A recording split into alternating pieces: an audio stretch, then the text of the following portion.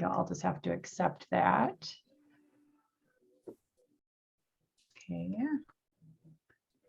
All right, so good morning, everyone. Welcome to our April quarterly meeting for our board, Visions Northwest board. I appreciate all of you being here today and for taking time out of, I know everyone's busy schedules, especially this time of year. Things just seem to get a little more hectic, so thanks for being with us today.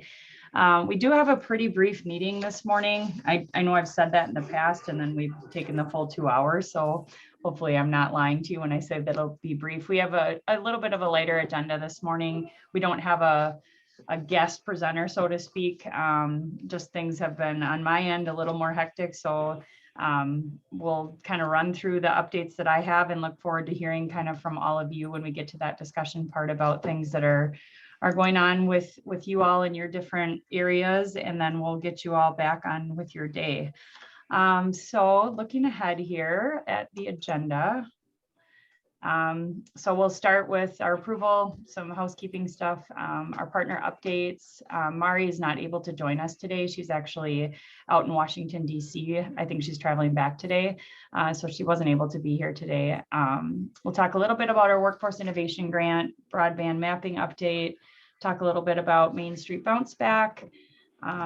We'll touch on the October 12th meeting and kind of looking for some discussion and feedback from you all on that meeting. And then again, just hear from all of you and then look ahead to July already. So that is our outline for today. Before we get going, is there any questions or anything that anybody wants to add before we kick it off this morning? All right.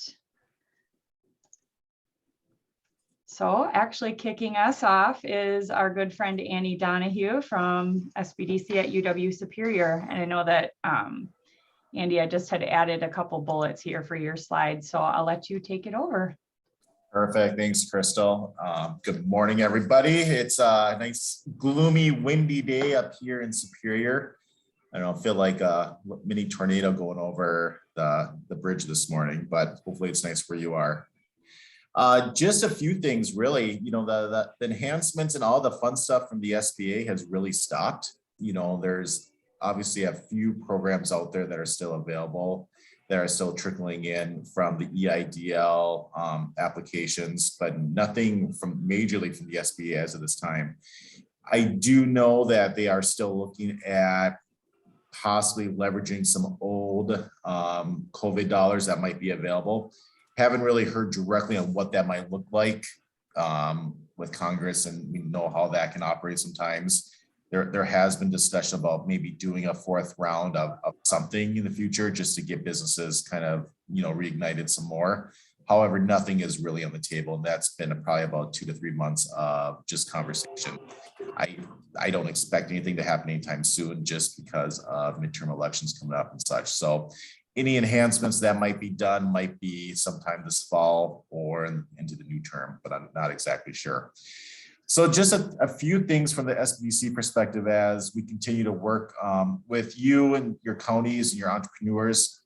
Now that a lot of the COVID pandemic pretty much is hopefully behind us, you know, fingers crossed and everything like that, we are back to traveling, you know, quite often. So if there are times where you want us to do office hours in your municipalities, your counties, your cities, whatever you like, let me know. I'll be happy to come down there for a day, you know, spend time with you and your entrepreneurs working through business plans, projections, marketing, whatever it might look like. So if there's times that you'd like me to stop by and work with your businesses, happy to do so. So please just shoot me an email and let me know at any time. Be glad to come there and work with you and everybody. We're probably on trend right now to help nearly 300 businesses or organizations this year, just from the work that we've seen so far in the first quarter of 2022, which in a non-COVID year is probably gonna be the most ever. So the business climate, it has improved tremendously, even from a pre-COVID cycle. We're seeing a lot more businesses start. We're seeing a lot of transitions right now from recreation, tourism, hospitality, food and beverage, a lot of transition of ownership. So that has been kind of the pipeline so far this year, and I'm sure many of you have seen it as well. So a lot of those businesses that might have been in the family for a number of years are starting to transition to new owners. So a lot of good things happening with that. From the lending aspect, from what we're seeing, there's a lot of need out there. There's a lot of financing that's happening for brick and mortar, anything from, smaller industry all the way up to the food and beverage, even a little bit larger. So capital is certainly flowing. I think banks and lenders are willing to lend, just making sure that everything is, working well on that aspect of it. From a staffing enhancement perspective, we are looking to do some different enhancements within our center here in Superior and to cover the 8 counties that we do serve. Some different things are coming down the pipeline where we might be offering more of an expert network, where we're going to be having specific individuals that are going to be focused maybe on marketing, accounting, QuickBooks, working with the counties and your entrepreneurs specifically on certain projects. Very similar to what I talked about last time with the specialized consultants that were available through the UW system as part of the CARES Act. We are looking to start something like that up here as well. We're seeing a lot of need, especially in financial literacy. That's happening not only from a high school level all the way up through business owners. So we're working through a couple of community partners right now to see what we could develop from that perspective. However, looking at some specific consultants as well, that's going to be able to help our entrepreneurs up here in Northwest Wisconsin. On that note, from a program development aspect, if you are hearing or seeing anything that you want for specific programming, certainly reach out to me. We're partnering with obviously the university through the Center for Continuing Education to develop some additional programming that will be available not only within our region here, but also possibly more of an on-demand series that will help from a first steps perspective for starting a business to specific industry niches to anything that you'd like to see. So we have a wide array of resources that we're creating, and hopefully we'll be able to roll that out starting this fall into early next year. But if you have something specific, certainly let me know. I'll be glad to speak with you about that. A couple other little minor things. Thank you for those that sent clients or contact information for our digital marketing clinic. We had a record number of businesses that wanted to partake in it. Unfortunately, we just didn't have enough room for everyone. So we are pushing those into the summer and into the fall. We did accept 10 or 11 different organizations and entrepreneurship businesses that are going through our digital marketing clinic with students at UWS right now. And they are having some great successful conversations. So I look forward to presenting those results, hopefully in probably our summer meeting. Crystal, I can give a recap about that. So thank you for those. And the plan is to continue with interns that we're going to be having through that process and into the fall, where we can continue this to be more of a year-round effort to work with businesses on the digital world, just because that is a realm that is ever changing. And then lastly, just if you ever, want me to come speak at a, luncheon, board meeting, whatever you want, let me know. Happy to, arrange my schedule to come to a presentation. We've got a lot of data, not only from the university perspective, but from the Institute for Business and Entrepreneurship as well. That's really looking at enhancing that ecosystem in Wisconsin. Obviously, I'm sure many of you know that there is going to be a new UW system president that will be starting in June. I know a lot of that data is already going to be presented, throughout the summer months and into the fall. But I'll be happy to come speak about anything and everything that you would like to see in your counties. So with that, like I said, there's not a lot of SBA information more. This is from the local SBDC perspective. But if you have any questions or you want to chat, offline, certainly give me a shout. Shoot me an email anytime. Be glad to discuss more. Thanks, Andy. Do you want to plug the Northern Lights Entrepreneurship Conference quick? Sure. Yeah, absolutely. Many of you may have seen it posted online, but we are hosting the first annual Northern Lights Entrepreneurship Conference on May 17th, 8 a.m. to 4:30 p.m. at UWS. We have kind of a robust set of speakers right now that are going to be presenting anything from marketing to entrepreneurship and lending to more of a professional development aspect of it. And you'll be able to find that not only on the Wisconsin SBDC webpage, but also if you go just to the SBDC at UW Superior, you'll be able to find the event itself and you can register. Thanks, Crystal, for reminding me. Yeah, absolutely. I just wanted from a board perspective as well to let you all know that Visions Northwest is going to be a sponsor for that event. So we're supporting that. We obviously know we haven't done Rise events and other things that we kind of used to host. So we wanted to make sure that we're supporting other really quality high-end events like the one that's being put on by Andy and his team there. So check it out. The agenda looks really solid. There's choices for different kind of paths and speakers throughout the day. It looks like it's going to be a really great event for the region. So I'll make sure that it's in the follow-up for the email that I send out to everyone post-meeting too, with the link to go check it out. But we're excited to be a sponsor and excited for the event for sure. It'll be a great day. So thanks for putting all of that together. I know it's a lot of work on the back end. Thanks, Crystal. Yep. Okay. I'm going to stop sharing, and we have Dave up next from Wisconsin Economic Development Corporation to talk a little bit about updates from the agency. So I think if I stop here, you should be able to start sharing, Dave. Let's see. When you stop, I lost my opportunity to click on the share button here. It should be down at the bottom. I'm not sure if you're on a Share screen. Here we go. There you go. Yeah.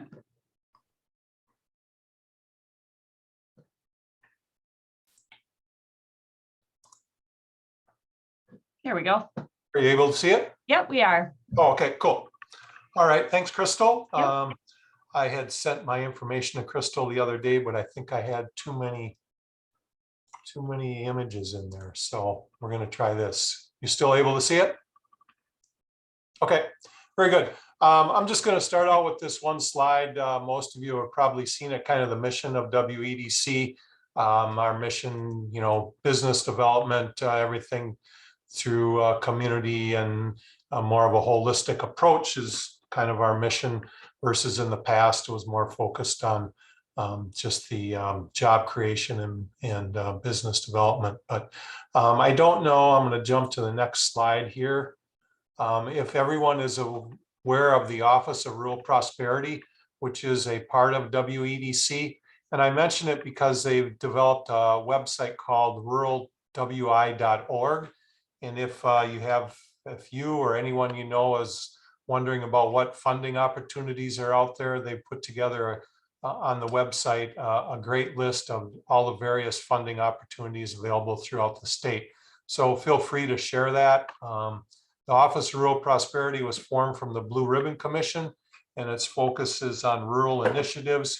And they're also able to provide some technical assistance if you have some folks that need some help with grant applications and that type of thing. So, but I think the list, there's so many different funding things out there right now that it's like, where do I go to find these? And I think they put together a pretty good list there. So, Dave, I was not able to see your second slide.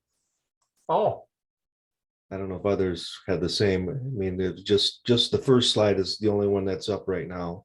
Yeah, maybe you need to go into like present mode, or just to start the presentation there. So now if you click to the right, then we should, yep, there we go.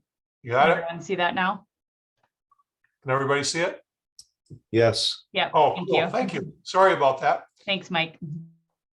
Thanks for pointing that out. Yeah, so Office of Rural Prosperity website, ruralwi.org. They've got a good listing of funding opportunities there. And so check that out. Feel free to share that as well. Jump to the next slide. Again, just want to point out, I think this is pretty cool. I don't know that everybody knows this, but as of the end of last year, the port in Duluth is able to handle containers, and they're the only port west of Cleveland that's able to do that. So it's a pretty cool thing that our region has that available. So I think there'll be more happening with that as things move along as well too. So I just want to point that out. And speaking of world trade, WEDC is sponsoring a virtual trade mission with Germany and Austria. That is coming up in June 13th through the 17th. It's going to be a virtual format, and it's $500 per company. So pretty, very economical price to be connected with Germany and Austria. We have trade reps in those countries that can help out if you have businesses that are looking to export to those countries. So just some challenges I see out in the region. I don't think it's anything new that everybody's hearing out there, but I had attended a presentation by Matt from UW Extension, and he provided this graph, and I thought it was pretty telling of our region and the state as a whole. I don't know if anybody's seen that or not, but if you look on that chart, the red counties, I think 8 out of the 10 in our region, and by 2040, we'll have an aging population of over age 65 or over. 30% of the population will be over age 65. So pretty significant number there. Continue to hear challenges with labor force, housing demand, and broadband. And Crystal's going to talk about the broadband later on too. But probably every day I continue to get inquiries from businesses about labor force and that. So just kind of some things that, and this isn't just in our region, my colleagues in other parts of the state, those are kind of the top 4 things we hear throughout the state. So funding received in the region this past year, we had 3 communities receive community development investment grants. They range from $80,000 to $250,000. There's a couple other projects in our region that will hopefully be coming through here in the next couple months as well. The WEDC fiscal year ends June 30th. And so applications needed to be in like about a week ago. So our underwriting has time to process them by the end of the fiscal year. Fab Lab grants, Prentice and Phillips were awarded Fab Lab grants. And I know, Crystal, don't want to steal your thunder. I know you're going to talk about the bounce back, but as of just last week, 1.9 million in bounce back grants were awarded in our region. So there's still money available, and I'll let Crystal talk more about that, but just kind of the highlight. And what's new, starting this Friday, applications for WEDC funded programs, we're going to an online application portal. So clients that are interested in applying, we will be able to send them a link. They will click on the link and they will set up an online application process, and all that application will happen online versus sending PDF forms and spreadsheets back and forth. They'll be able to do the application right online. So the Fab Lab grants were handled that way this cycle, and now we're rolling out all of our programs through the online portal. It's called Network Wisconsin. Workforce, Crystal's going to talk about that too, but those round 2s due coming up here shortly. And those announcements will be made in the summer of 22. That picture down there is of the Wisconsin Lumberjacks hockey team. They were awarded a tourism grant earlier this year. So, and bounce back again, mentioned that earlier. Those applications are accepted till June 30th. That's a $10,000 grant for purchase or lease of vacant, and regional planning's handling that, and Crystal will cover more of that as well. That's kind of what's funding available right now. And there's my contact info. If anyone has any questions or anything I can help with, feel free to call me on my mobile or send me an email. I'm glad to help out and connect folks. So any questions on anything? No, thank you, Dave. I'm just curious too, from the new application portal, is that how like your key strategic partners like us with Visions will apply as well, or is that still going to be done the old way? I think that is still the old way. Okay. That's more the it's more the programs that we have out there right now. Right. Okay. Clients. Yep. Okay. All right. Thank you much. Thank you for all of that. That's great information. And yeah, I'll expand a little bit on a few of the things that you talked about here on our agenda. So thanks for sharing. And you all know how to get in touch with Dave if you need him from a WEDC perspective. I'll have you, I was just gonna say, I'll have you stop sharing and then I'll start again. Thank you. All right, let's see here. Refind my presentation. Okay, can everybody see that again? Good, okay. All right, Crystal, I'm not seeing anything. I see all of us, but I don't see no screen. can everybody else see it? Yeah. Yes. Yes. Yes. Maybe minimize all of the people if you can do that. So hide the thumbnail. Video. Are you on a laptop, Dale? Yeah, Okay. You should be able to minimize the view of all the people. where's the button? It'd be maybe in the top left side, depending on what kind of laptop you're on. Meeting information recording I got in top left. Well, I will send these out after the meeting, Okay. so maybe just put your listening ears on and I'll try to be as descriptive as possible. Okay. All right, so just touching quickly on the Workforce Innovation Grant that David just spoke about. So they did change the application date, given Good Friday is the 15th. So the applications are due on Monday. So we are partnering as a support partner with the Workforce Innovation, or I'm sorry, the Workforce Investment Board for the region and UW Superior on the application that we had submitted in round one. We've done some tweaking and some revamping of that application.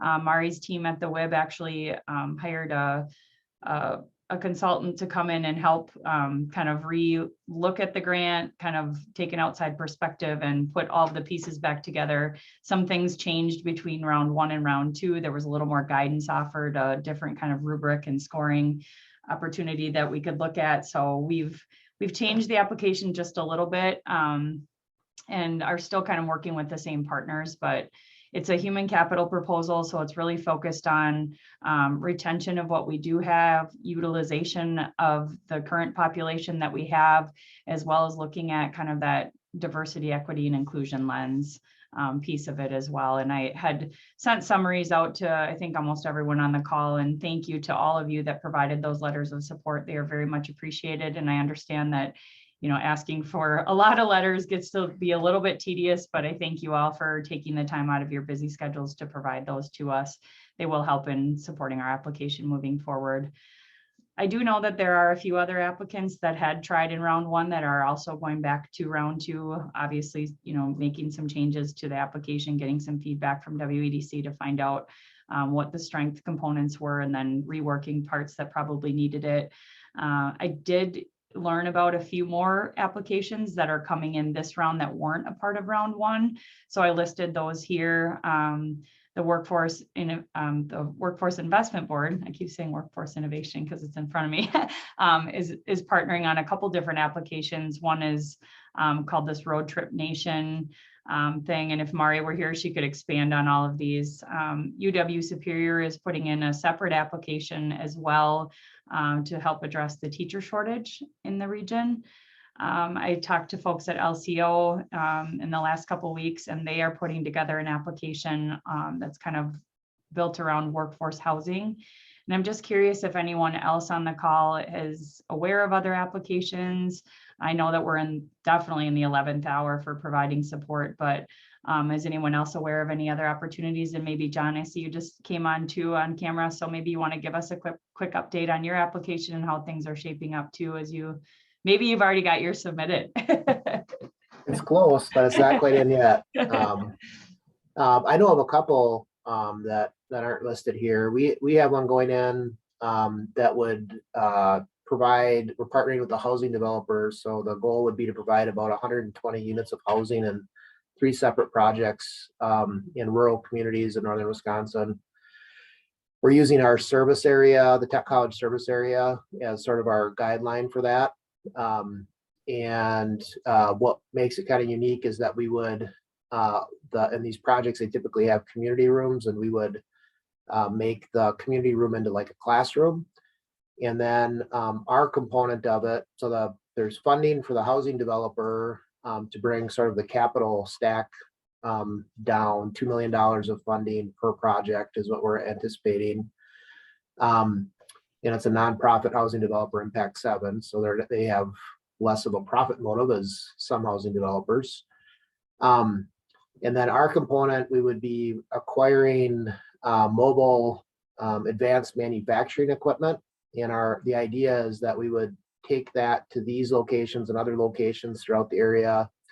And we provide the hands-on component using this mobile equipment, either in a like a semi-trailer setting, like a mobile lab setting, with some of the classroom stuff happening in the housing units or at other partner locations. And that would complement actually a piece of equipment we got in the last round through a partnership with CDTC, and that's a welding trailer. So combined with the growth in our CDL program, Construction Essentials, which we've run in several communities in the last few years, mechatronics training or industrial maintenance type training, advanced manufacturing training, and welding, we think we can develop a rotation throughout Northwest Wisconsin and rural communities that wouldn't saturate the market, but kind of always have something hands-on going in multiple communities. So that's kind of the big picture goal. And then I'm aware that I can't remember the name of the group, but it's affiliated with Dove Healthcare, and they're coming up into the region to try to provide sort of a pathways project for healthcare fields. And so I know that there's one going in that would be trying to develop like short-term certificates and trainings that would lead to longer-term trainings potentially. That one will be starting in the Chippewa Valley and coming as far north as Dove has facilities. And so that probably won't make it all the way up into some parts of our region. And then just got one from St. Croix Regional Medical Center, and they're looking for kind of something similar, regional pathway programming for healthcare fields. So there's a couple of them going in that would be specifically targeted towards healthcare that I'm aware of. It seems like I'm forgetting one, but there's going to be a lot of competition, I guess, is maybe the takeaway that I would suggest. Yeah, I think you're right. I know that there were a lot that weren't awarded in the first round that are trying back again. And then obviously there's new ones that have come out in the past couple months that have been put together as well. So highly competitive. We obviously want success for all of our projects because we know that they would have such a wonderful impact in the region. So we're hoping that we can see some of those dollars flow this time into Northwest Wisconsin. And I know that there's been quite a few conversations happening behind the scenes to just let the decision makers know that it's important to make sure those dollars come into Northwest, as well as the other big cities down in the southern part of the state. So we're excited about this opportunity again. And, I think our project really is focused on the fact that, Dave talked about it a little bit earlier, but we have an aging population. We just don't have enough workforce. So we're hoping that we're competitive in the fact that we know that there's great dollars available for training. We already have a lot of dollars in the region for training. So we need to find a way to have more people to train and to work. So without being allowed really to do attraction efforts with this opportunity, this was kind of the most creative way that we could look at getting more people to either stay here or to, get some of those older workers or those 65 plusers to think about, hey, maybe I do want to work like Dick, part-time, right? But a few hours a week, and there are different spots that they could fill that they just aren't even really kind of considering because they think that they can't do that, or that employers don't have that mindset that there's an opportunity for sort of a different flexible way to shape your shifts and things like that. So more to come on that. As Dave said, I think the awards will be announced sometime this summer. So we'll hopefully hear some good things for the region at that point in time. Okay, let's see, moving forward, just wanted to talk a little bit about the broadband. If I can get this to go, there we go, the broadband mapping update. So all of you should be aware of this project. I've communicated with you all through our last meeting as well as through email a couple different times, but we'll still need some support to get this thing to, you know, really be successful in the region. So the speed test is still out and available.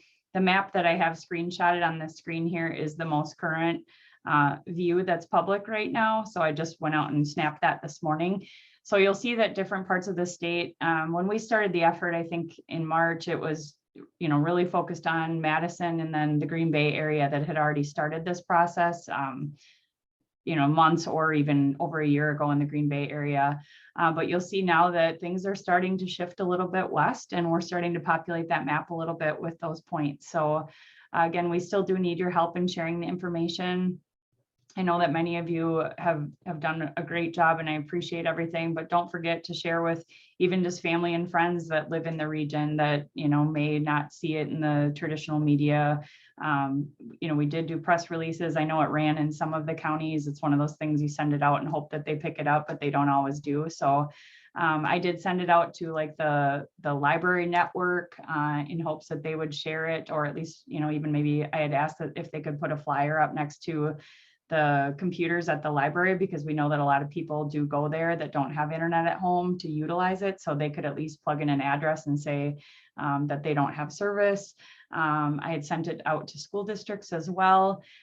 So we're starting to gain a little bit of traction, but there's still work to be done. So just wanted to bring that up. I was going to pull it up, but I don't think that I really need to. But if anybody does have specific interest in their county, I know that I think at this point in time, the only one that did sign that local privacy agreement is Iron County. And Kelly, just thanks to you, I know that you're our smallest county population wise, but you have the most dots on the map. So I know there's been some really good local effort on your behalf that has gone out to really push this thing in Iron County. So it's just a testament that if you put the work in to share it, it does work. And I think he has over 300 and some households that have done the test in Iron County. But again, this is really a tool that WEDC is providing the regions, and it then goes to the local level. So this comes down to local efforts wanting to have access to data when you're working on broadband. So I know that not everybody is currently in the thick of that right now, but keep this in mind as those efforts progress and as you hear different things about different groups that are working on projects or grant applications.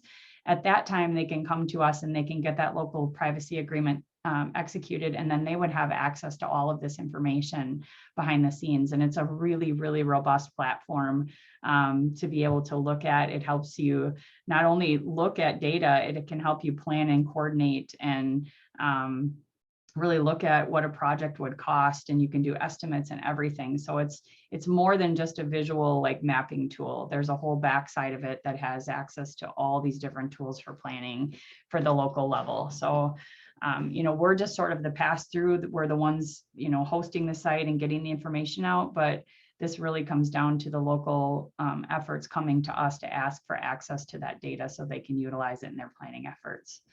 So again, just contact me if you know people that would like access to that, and we can get the wheels in motion to make sure that they know how to get that privacy agreement executed and move forward with getting access to that. We did talk a little bit, I see you, Philomena, just 1 second. We talked a little bit about doing another push potentially in the summer months. We obviously know that our population increases greatly at that point with seasonal residents. So we have access to this tool throughout the end of the year. So it's not just a one and done. It's something that we, you know, and the dots won't go away. They'll stay there, but we want people to, you know, things change over time. So this is something that's fluid. It's constantly moving. We want people to, you know, go out and take the test again. And it does actually capture all of that data. And it's all, again, it's just all kind of constantly moving. So we'll see about, there were other areas of the state that were interested in a summer month push, again, just because of the population increase and knowing that there's a lot of seasonal residents that maybe don't have the access that they need. that could potentially keep them here a little bit longer to, be in the region, helping our economy and maybe working from wherever their seasonal kind of residence is. So that's the update on that. Philomena, did you have a comment or question? Yeah, I have a question about this. So one of the concerns that has been articulated to me about this is like, if this data is available, then there are going to be people trying to move in on our like on our broadband business here in the res.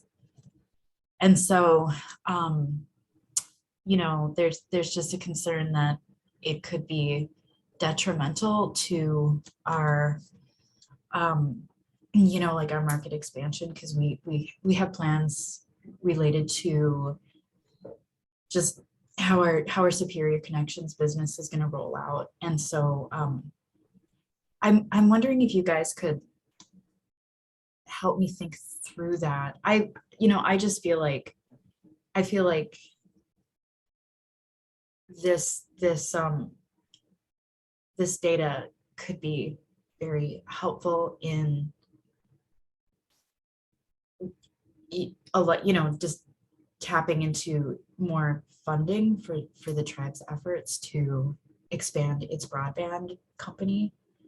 But Yeah, I think, just, and maybe you and I can connect offline, because I think that it might be of value to talk to the folks that actually are behind the scenes on this, the geo partners that do this work, because they've done it in several other states. We're kind of, I'm not sure what number in line we are as far as states that have done this work, but they have a lot of experience on kind of the next step, not just this data collection part, but how it affects different efforts that are currently underway and different planning efforts. So I think there would be some value in, even if you and I had a conversation and I went back and discussed that with them a little bit. I think that you're fortunate with that, what is currently underway on the reservation there, to be able to have a provider that's coming in, that you guys are doing this for yourselves, because it's, there's different areas in the region that don't have anyone there to come and help them. So I think that's where this is really, this data is not readily available for providers though. This is really for local planning efforts. Okay. Well, distinguishing that would be really helpful. I mean, just the tribe is really always really concerned about data and maintaining ownership of data, because there's just been so much colonization of different resources. So having an offline conversation just specifically with my guys would be really helpful. Yeah, we can navigate that for sure. And again, this is really just for, like your company would be, they could, the residents populate the information and then local planning efforts can access it, but it's not really for the CenturyLinks and the Spectrums or Charters. It's not for them, it's for the planning efforts to, they could okay. Yeah, that's potentially come in and partner in, the grant application with a local community that is, say, seeking a PSC grant. But that local group would be the one that has access to the data to help support the grant application and identifying the areas of need and that type of thing. But absolutely, let's connect later and have a conversation. And if there's hesitation, I can try to get questions answered and clarify things so everyone's comfortable. But I can appreciate the data side of it and understand where the hesitation does come. Thank you so much, Crystal. Absolutely. Crystal, Yeah. I tell you what, for Prentice area, there's more people that moved into the area. I'm from Texas and Tennessee and Arizona, just because of fiber optic cable. We had it for about 3 years here, and it amazes me. First thing to ask, do you have fiber optic cable? And boy, I tell you, that's a big game changer. And if that's going to help northern Wisconsin, boy, everybody that gets on board, the faster they do it, I think the more housing, more people we're going to get in here. Yeah, I think, Kelly, what did we say at the meeting that Chad with Norvato attended at Iron County about and we may have mentioned this before, but the value that increases on your home, I think, by having fiber opportunity is like adding a half bath or something, or like a bathroom, or it really makes a difference. I think it was an additional bathroom or something. Yeah. Yeah, so it definitely increases the resale on the home as well, and just, it's not a just a benefit anymore. It's an essential need for people to be able to operate and to live now. So, there's a lot of different funding sources available now, and with the infrastructure bill coming down the line, it's going to increase over time still. So I think any data that we can have to support all of the efforts to access those dollars is beneficial to the region. And this is something that we've never really had a tool this detailed before that's accessible for our region. So I would hate to see some of our areas miss this opportunity to utilize this. So any way that you can help share that it's available with decision makers in your areas is really helpful, because we do only have it for a year through the licensing with WEDC and the grant that they gave to support this. So we don't want to miss the boat on the data. So it's my call to action for you all. All right, just moving ahead then on the agenda, just a quick update on the Main Street Bounce Back program. So we have awarded 191 grants. So we've allocated our first 2 tranches of dollars from WEDC for the program, which it's super exciting because we're kind of a smaller region and a smaller shop, and we've been working really hard to get these really good projects awarded. And I don't know if some of you saw last week, I think it was the press release that came out from the governor that we have awards in all 72 counties. So Iron County was our final county, and we came through with 3 awards actually in the last month to Iron County. So all 72 counties in the state have been awarded a bounce back grant for a business. So it's very exciting. And we are currently working right now on an amendment to our contract to get another tranche of another $1 million for the region. So we've got, what is that? I don't even know how many days, 90 days till the end of the program on June 30th. So I have a feeling that we will not, as a region, run out of dollars. So it will mostly come down to the time, the June 30th deadline. So keep the applications coming as you hear about projects. We in our 10 county region are requiring businesses to be open to be awarded. So there are other parts of the state that aren't requiring that. And we had the option to sort of add different things to the initial grant guidance that we received from WEDC. We just really felt like it was important that the business showed that they were open and operational, because we didn't want somebody to say that they were going to open, get a $10,000 grant and, run away with it and never open their business, if they were paying just a very minimal, obviously lease payments and monthly lease payments can vary. Some can be $500, some can be $100. So if you apply for a grant for $10,000 and you have, $1,200 in lease payments for a year, and you get to keep the rest of it. So we're just really trying to mitigate any fraud that might happen with this grant program, and making sure that we're being very due diligent and thorough on our application review process. We're actually even requiring that people send photos and show us, or we'll do a site visit just to make sure that everything does check out on the other side of things. But again, it's just a really great program. It's been nice to be able to have a little bit more of a presence in the region for some, businesses and folks that maybe aren't aware of what we do. It kind of opens up another window for opportunity for us to get our name out there, and to really help some people get off the ground when they're starting a business or expanding. So any questions on Main Street Bounce Back? You all know you can reach out to me. I know there's always kind of some of those projects that don't fit all the buckets, but we want to make sure that we have those conversations and kind of identify whether or not it's a good fit for the program. So keep reaching out to me or Kate in the office, and we'll be available through June 30th with that program, it looks like. Okay, just looking ahead at, I know we have a July meeting, but we kind of discussed this before. We haven't all been in one room together since the pre-pandemic days. So we're looking ahead to our October meeting, and I just wanted to put it on your radar. We don't need to have a whole, discussion about it today on Zoom, but I'd like people to kind of like come together and think about this over the next couple of months, to think about that meeting. What I'd like to see us do is maybe just, a mid-morning meeting with a luncheon afterwards. And we'd invite, maybe some good, topics or speakers to come. We've done that kind of in the past. We do have a date, Janice, for that. It is October 12th. For that meeting. So if you could all make sure you save that date. I know that I do send calendar invites out and I send out the tentative schedule at the beginning of the year, but write that one down because I'd love it if everybody could attend that meeting in person and we could all be in a room together to have a really good meeting. So just, I know there's lots of topics. Dave listed all of the heavy hitters for problems that we have in the region: housing, broadband, workforce.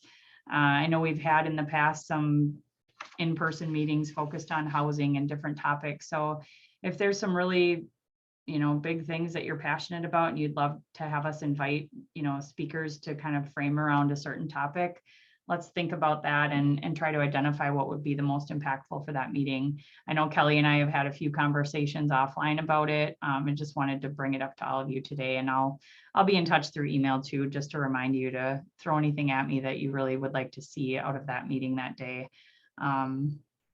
In a couple of years already, we're going to be coming up on another strategic plan and SEDS update. So this is kind of just, it would probably be around that same time. So I just want to make sure that when we come together, we have a great meeting, great topic, great speakers. We had talked about maybe potentially inviting Missy Hughes, the secretary from WEDC, to come up. So we have a lot of options, but we need to get them in early for requests because those people are usually pretty busy. So it's hard to capture them all the time. So keep it on your radar unless anybody has a topic they want to throw out right now. Otherwise, we'll revisit it again later, but just wanted you to know that we're going to be in person and it will be wonderful to get together and we'll all have a nice little lunch. Okay, let's see here. Next on the agenda, I just wanted to share this picture. It was an exciting day on Monday.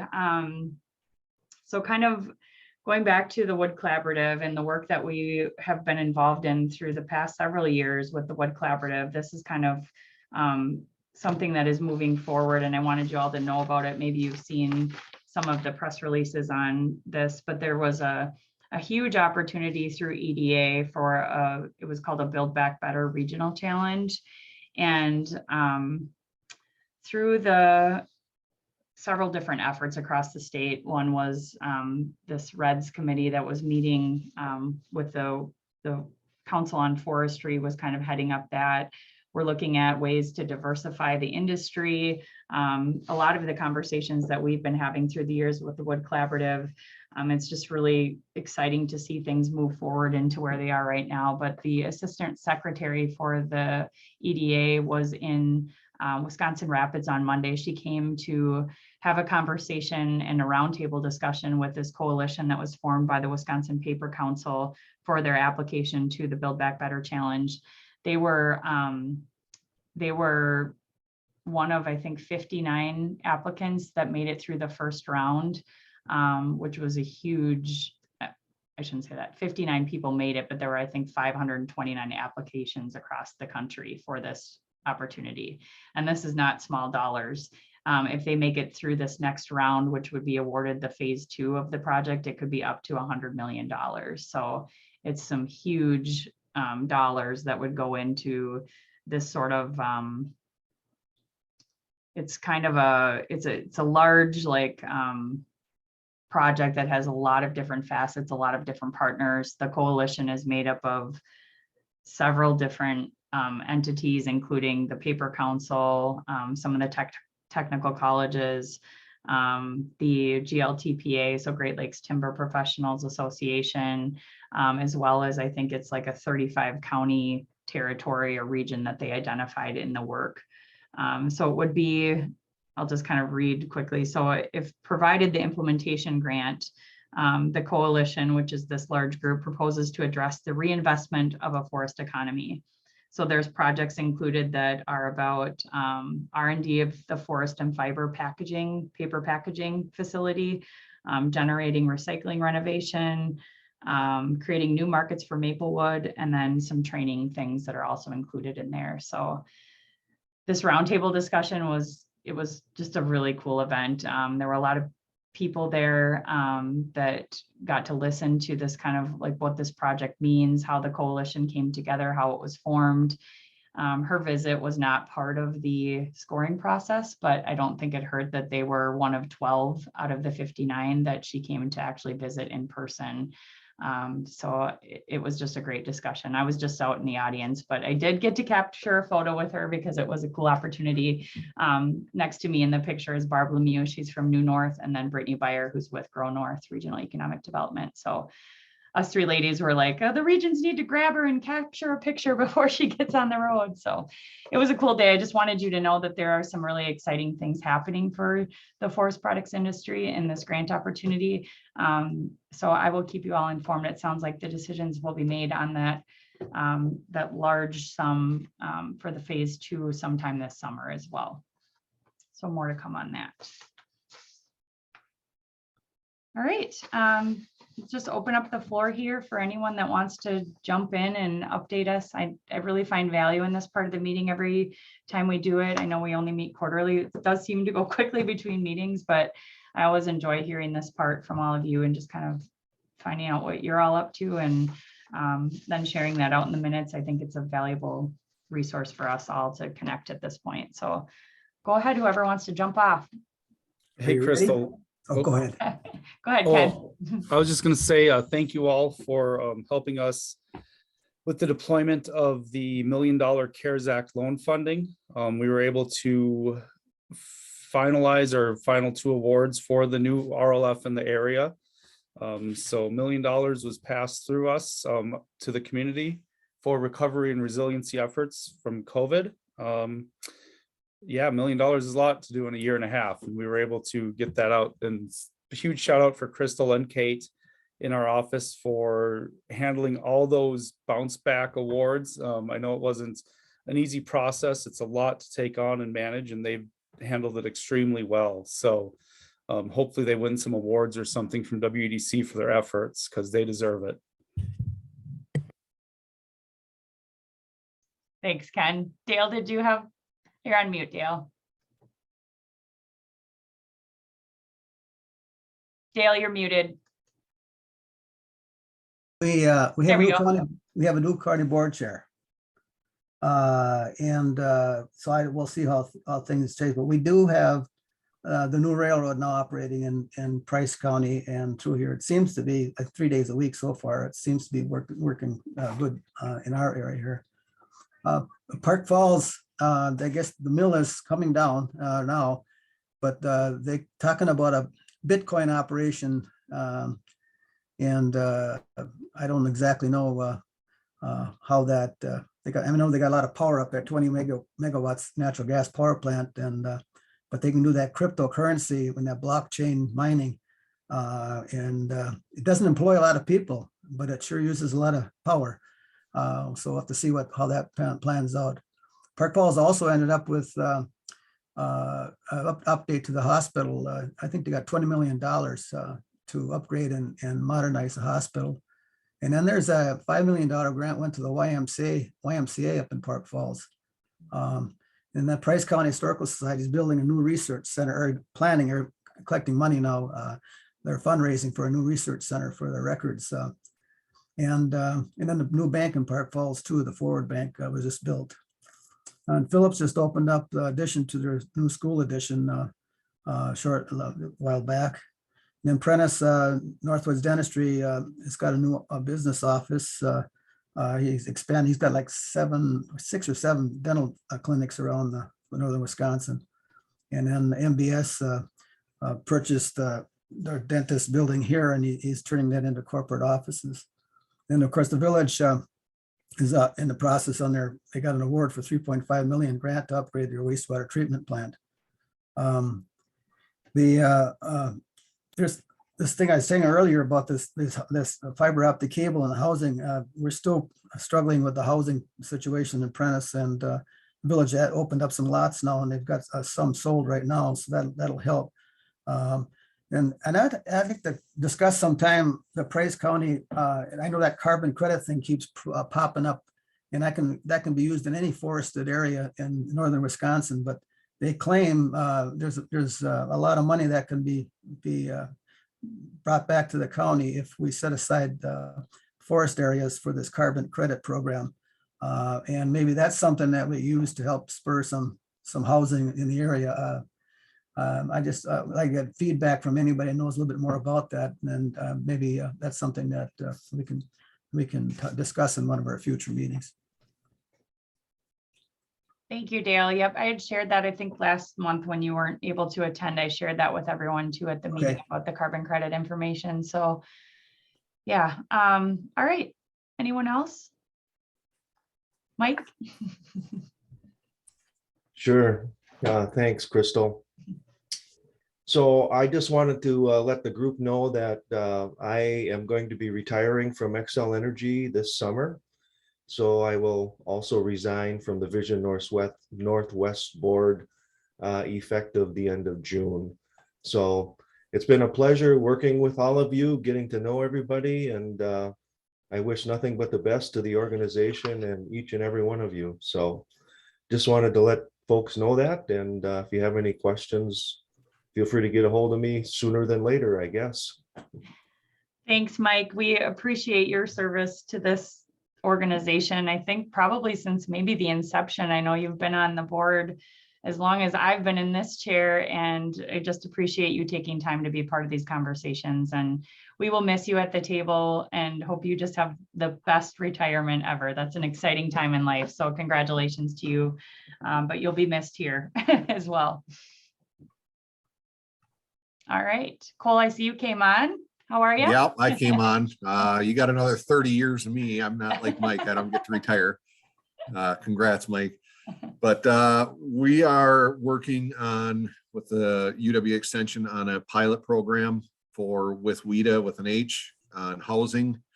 We did the big with Northwest Regional Planning in Sheldon and on a housing survey, which involved Bayfield and Ashland counties. And we're the third and final pilot program with WIDA. They did Door County, somewhere else, and now us.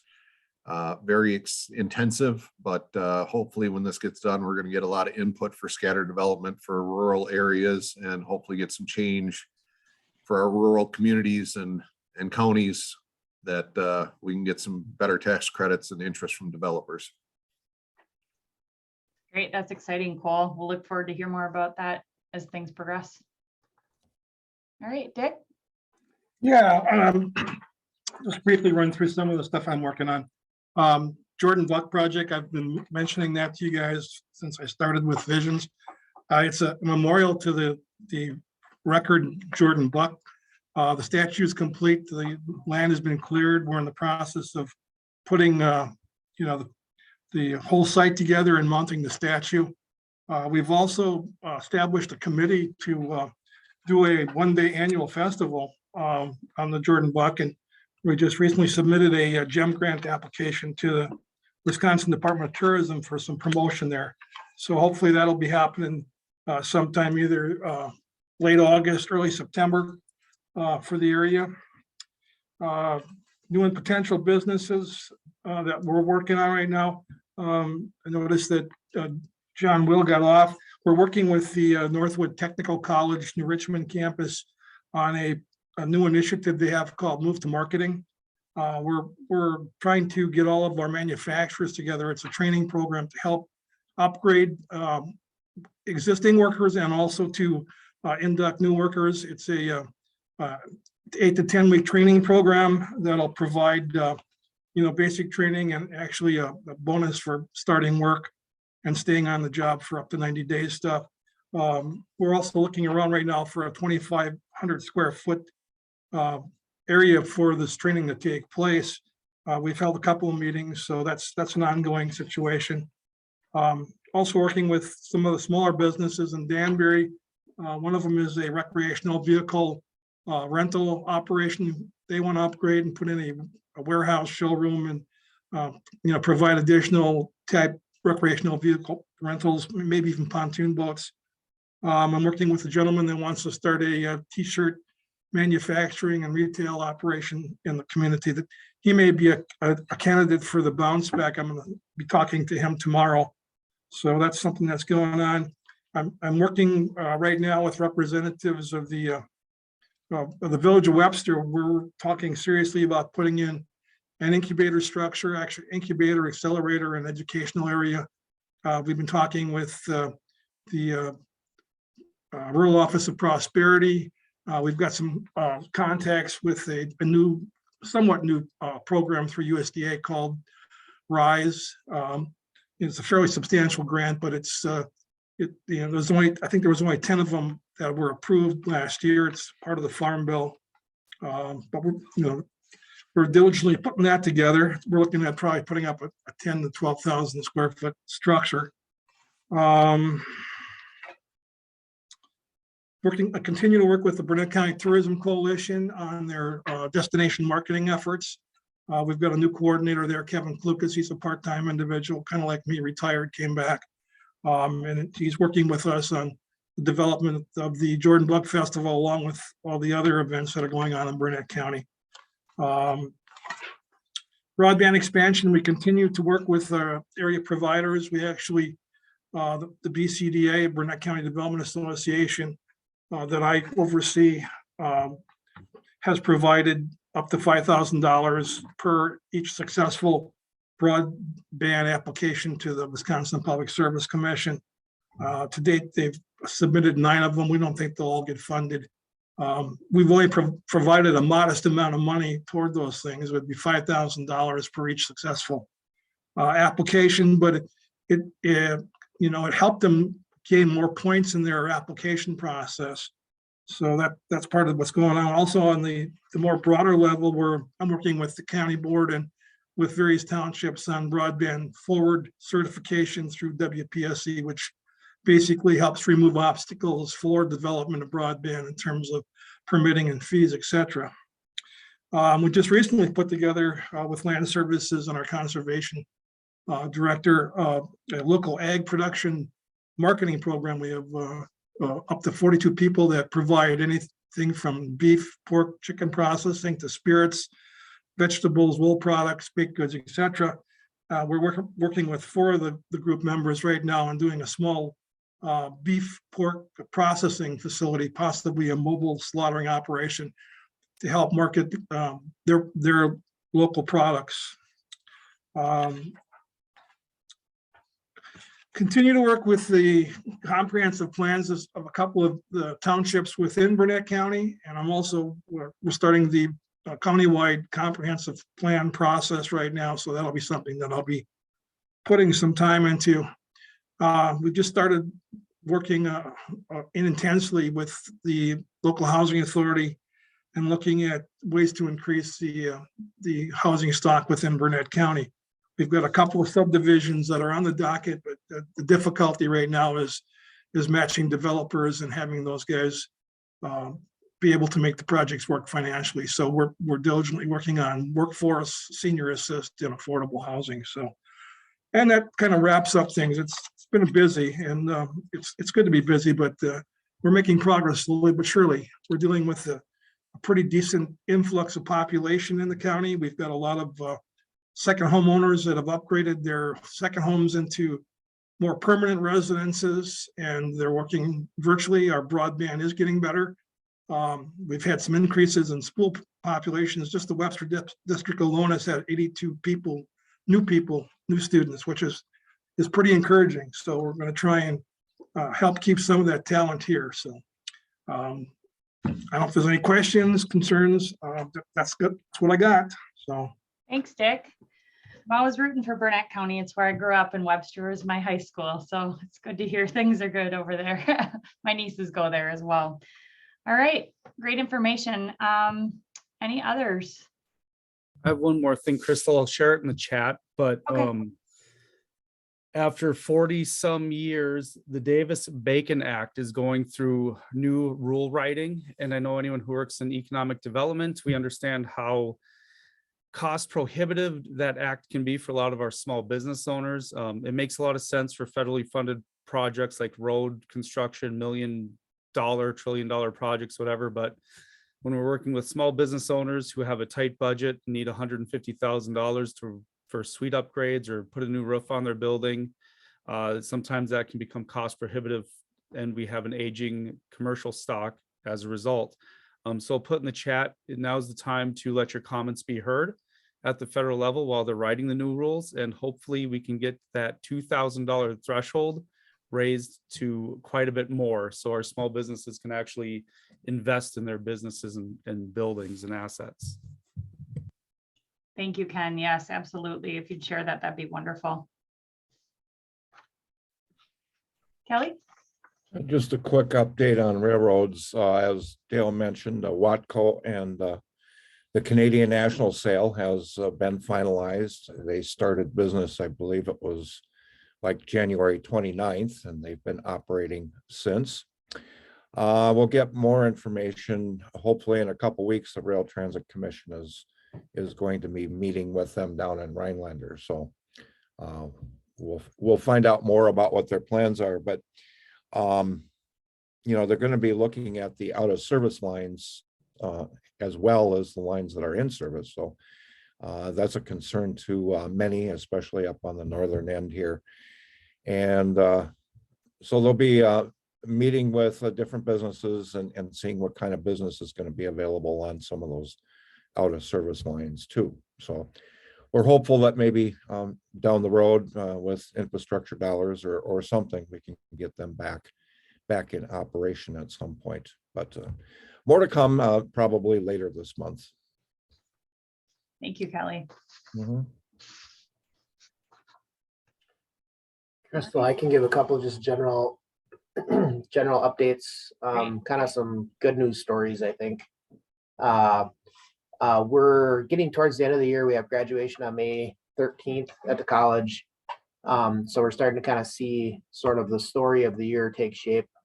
We had you might remember we launched a partnership with UW Superior for Associate of Science, Associate of Arts degrees, and that has been going very smoothly.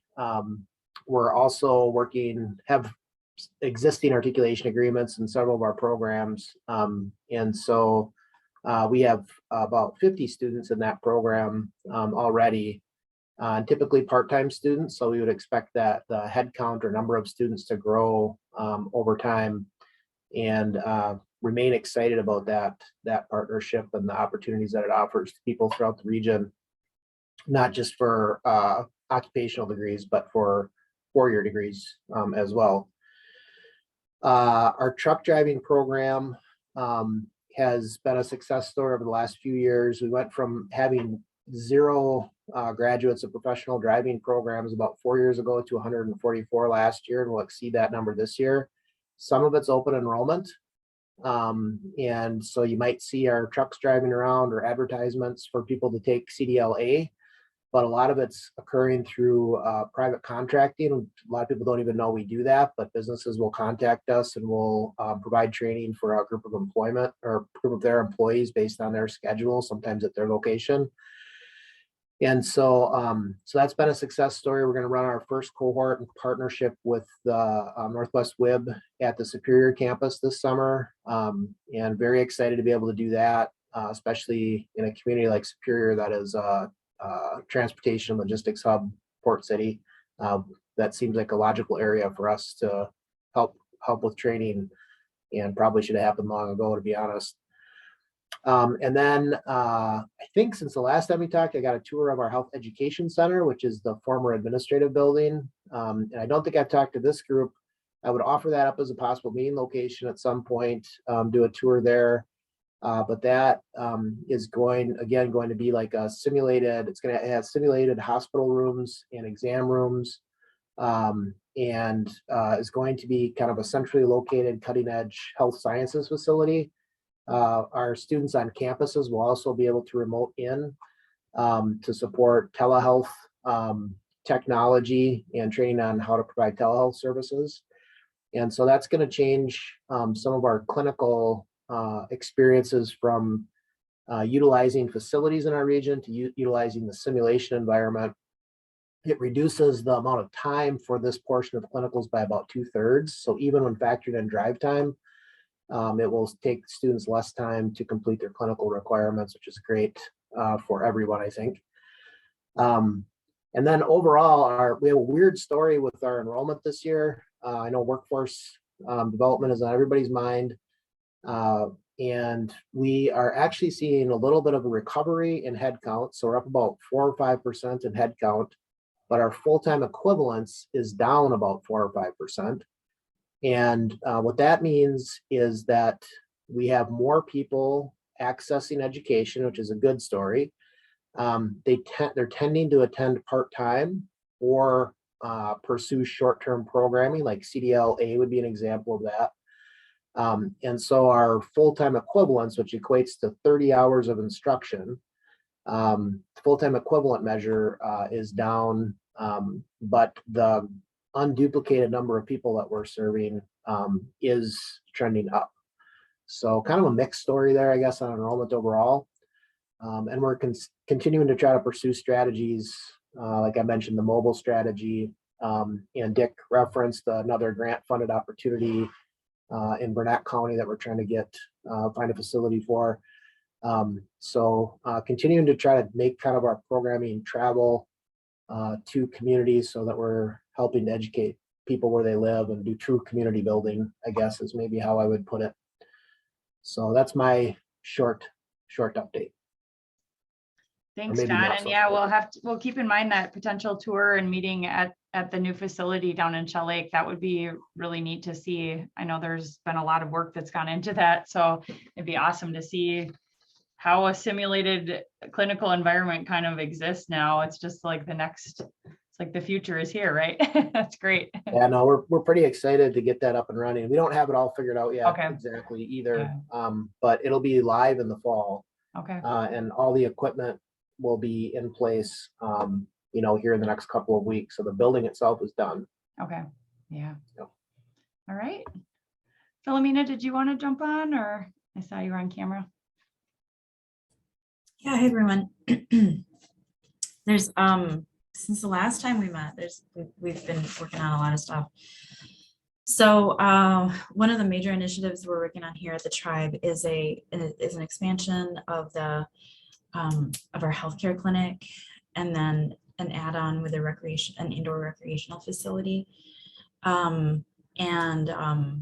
So we've been working on the business plan for that, and submitted one of the EDA grants for Indigenous communities earlier this year. I think that was a couple weeks ago. Oh my God, that was nuts. We had a huge team working on this, and we got it all in. It was crazy. So there's a lot of environmental permitting that is going to have to happen in the next year, and the development of all the really specific plans. Hopefully we'll be able to break ground around this time next year for that. So that would be a 26,000 square foot addition onto our clinic. Currently, the clinic is 24,000 square feet, and IHS has determined, when it was built, IHS determined that it was 50% undersized. So, what we'll be able to do with that is provide for our sort of conservative estimate is 44 new staff people at the clinic. And so we will be working on recruitment of staff people, and also using that new indoor recreational facility as part of it's really part of that benefits package that we'll be able to offer for new employees. I'm working on the completion of phase 1 of a food processing facility on the reservation. And so this was a facility that we were able to acquire and then renovate for a meat processing standard. So we have about a 920 square foot area for processing of meat, fish, and or other value-added agricultural products, plus receiving area, and then around 520 square feet of refrigerated and frozen space plus a retail area in front. We're currently working on this local food purchase assistance cooperative agreement through the USDA. And I'm trying to build out, you know, we built this facility and now we have to kind of back end the feasibility and operations and all that. So, you know, we're steadily working on that. There's opportunities for the funding the purchase of local foods through this USDA program. And then I'm also, you know, I'm also kind of trying to squeeze out some funds for the for staffing, and then the development of passive plans that are specific to fish. And I mean, I think we're looking at value added meat production and potentially poultry slaughter within this facility. And that's a real need in this area because our poultry producers are traveling. They're small producers, so they don't necessarily get prioritized for the within slaughter facilities. And so our poultry slaughter is like our poultry producers, local ones, are traveling 2.5, 3 hours for slaughter, and they don't always necessarily get in at the time that they need to get in. At the same time, our tribe has a tremendous amount of buying power, and we're really spending a lot of that buying power on Cisco trucks that come in. So we're looking at sort of closing up some of those gaps and recirculating money within our local communities, and then finding ways to provide our community with higher quality, locally produced food. So that's one of the initiatives that we're looking at. And Richard, I'd love to touch base with you on the mobile slaughter that you guys are thinking about. That's really interesting. So yeah, we're really busy. The other thing is in this last quarter, we've onboarded a sustainable business specialist who is working with providing technical assistance to small business owners here in Bad River. So we have that on board, and we're building out that program. We're just getting ready to push a survey to our small businesses to get some information from them about what specific needs they have, and then designing and tailoring our program around those needs. We're finally, I guess the final thing that we're working on is SSBCI. So the tribes have opportunities to plug into this treasury program that provides specific kind of loan projects or loan products that we have to partner with financial institutions for like a one-to-one match. But we're looking at setting up a revolving loan fund for micro lending for our Bad River and like our kind of surrounding area small businesses.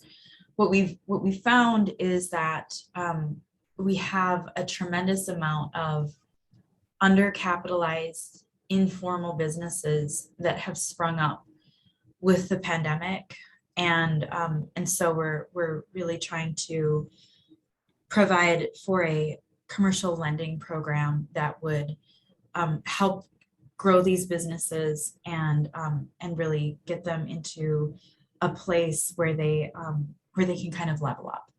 So those are some of the things that we're working on. We have to get that application into Treasury in the next couple of weeks. So we're really I'm really spending a lot of time working on spreadsheets to make all the numbers work for this SSBCI program, but it's going to be a really interesting opportunity. So thanks. Thank you. Sounds like a lot going on. Congrats on your submittal to EDA. I know those are not for the faint of heart, those applications. Yeah, we'll see how it goes. We'll see how it goes. Fingers crossed, you know. Yeah, that's great. Okay, well, I think we might have covered everyone. I'm looking on the screen. I don't know that we missed anybody today.